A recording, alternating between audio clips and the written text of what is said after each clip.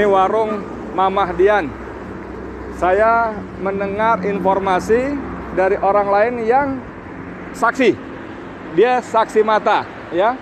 Saksi mata kejadiannya malam itu. Dia sedang nunggu di sini. Nah, ini toilet. Kamera toilet, ya. Toilet di sini. Dia di sini. Jadi menurut dia, orang tadi yang barusan ngobrol saya tadi, saya salat zuhur sebentar, ya. Sekarang jam 14 kurang 13.55. Tadi salat di musola situ. Lalu saya ngobrol, ada yang menjelaskan dia saksi mata. Nah, saksi mata, jadi ada mobil satu dipepet di Palang, maksud dia di Palang. Dan di situ polisi banyak banget. Bahkan kata dia sejak sore jam 6 itu sudah banyak polisi. Saya tanya berapa mobil? Mobilnya 10 mobil lebih, dan 3 diantaranya mobil resmi patroli. Dan itu memang dari sore kata udah banyak polisi.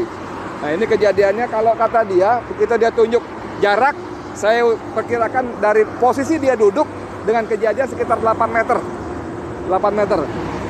Jadi kalau polisi mengatakan ada baku tembak menembak, sekali lagi si saksi mata tadi yang tidak ingin ditampilkan nama apalagi wajahnya mengatakan cuma 2 kali, tidak ada tembak-tembakan.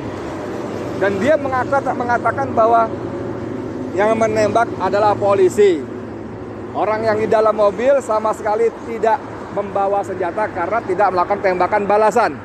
Jadi langsung dipalang gitu, dari depan nembak pakai laras panjang. Saya tanya, kamu lihatnya pakai pistol apa laras panjang? Laras panjang. Benar, laras panjang. Jadi saudara, begitu ceritanya. Dan dia lihat 2 orang langsung tewas di tempat.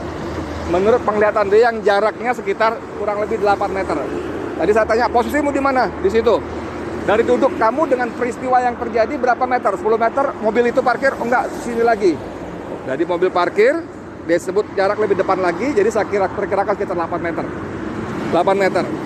Lalu polisi dia sebut langsung menembak ban kiri depan. Langsung nempel, dor. Ban kiri depan, tujuannya supaya mobil tidak kabur. Nah saudara, kalau polisi menarasikan satu terjadi baku tembak, sekali lagi dari 2 dan narasumber lain yang saya hubungi tadi beberapa kali wawancara, tidak ada baku tembak. Seperti penjelasan dari Munarman, Sekretaris Umum FPI, tidak ada baku tembak. Tidak ada. 2 sumber pertama di depan tadi saya tanyakan juga cuma meninggal 2 kali tembakan. Sumber yang dekat lokasi sini, kamera, ya, dia ada di sini, kejadiannya sekitar di sini, juga cuma 2 kali tembakan. Tidak ada baku tembak. Yang kedua, dia memastikan tidak ada baku tembak karena yang di dalam mobil tidak membalas tembakan. Jadi tidak membawa senjata api. Tentang samurai segala macam, dia tidak berani memastikan bagaimana sesungguhnya ada atau tidak. Karena dia juga tidak boleh mendekat. Tapi dia menambahkan seperti keterangan sebelumnya, bahwa orang-orang sekitar sini yang datang mendekat memang diusir. Tidak boleh, menjauh. Ada teroris katanya. Bagaimana kondisi berikutnya? 2 orang ditembak. Lalu kira-kira ada datang ambulan. Saya tanya berapa jarak ketika terjadi tembak-menembak dengan ambulan, berapa menit? Setengah jam? Dia bilang ya kira-kira setengah jam. Mungkin ada yang telepon lalu ambulan datang. 2 mayat dibawa keluar, digotong, dibawa pergi ambulan. 4 orang lagi masih hidup, 1 terpincang-pincang kakinya. Tapi dia juga nggak memastikan apakah kena tembak atau tidak, tapi dikatakan terpincang-pincang. Itu dipindahkan dengan mobil lain, dibawa pergi entah kemana.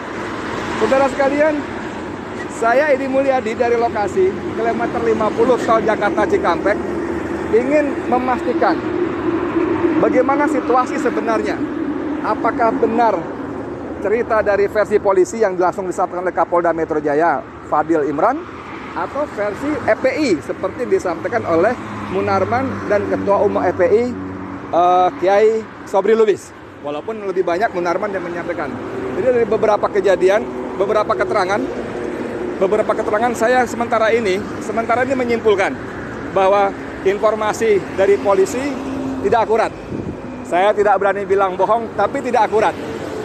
Karena saya bicara dengan beberapa saksi, mengatakan memang tidak ada baku tembak, tidak ada tembak menembak. Dan lagi memang walaupun kejadiannya sudah dini hari, ini jalur ini ramai, selalu ada saja mobil yang lewat. Dan seperti banyak kita temukan dalam grup-grup WA di media sosial, tidak ada garis polisi. Tidak ada garis polisi seperti yang diceritakan oleh narasumber saya tadi. Tidak ada garis polisi. Yang ada polisi yang mengusir orang-orang datang. Tidak ada garis polisi, tidak ada apa istilahnya olah TKP dan sebagainya, tidak ada. Tidak ada.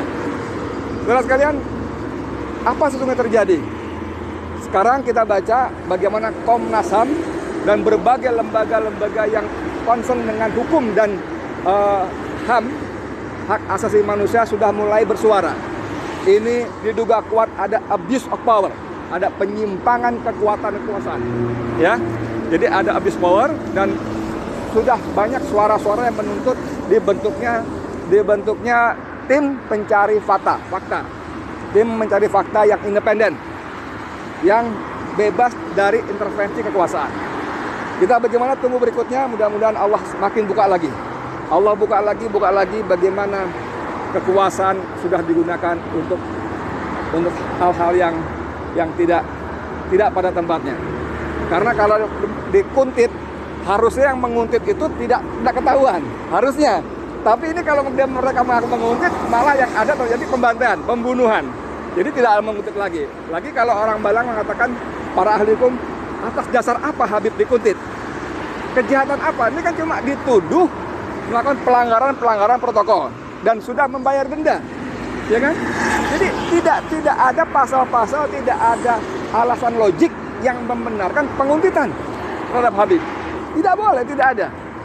Dan diperlakukan seperti itu. Kalau dikatakan bahwa karena diduga akan mengerahkan massa pada pemeriksaan tanggal Senin, tanggal 7. Ya, orang Habib sedang keluar Jakarta. Ini posisi kilometer 50 dari Jakarta menuju Cikampek. Ya, dari Jakarta menuju, itu artinya keluar Jakarta. Dan seperti penjelasan dari FPI, bahkan boleh ketahui itu pengajian keluarga inti di Kerawang. Ya, kita tunggu, semoga Allah bukakan lagi pintu-pintu kebohongan yang dibangun dari satu kebohongan yang lain. Sekian dari saya, Edi Mulyadi, untuk Forum News Network. Assalamualaikum warahmatullahi wabarakatuh.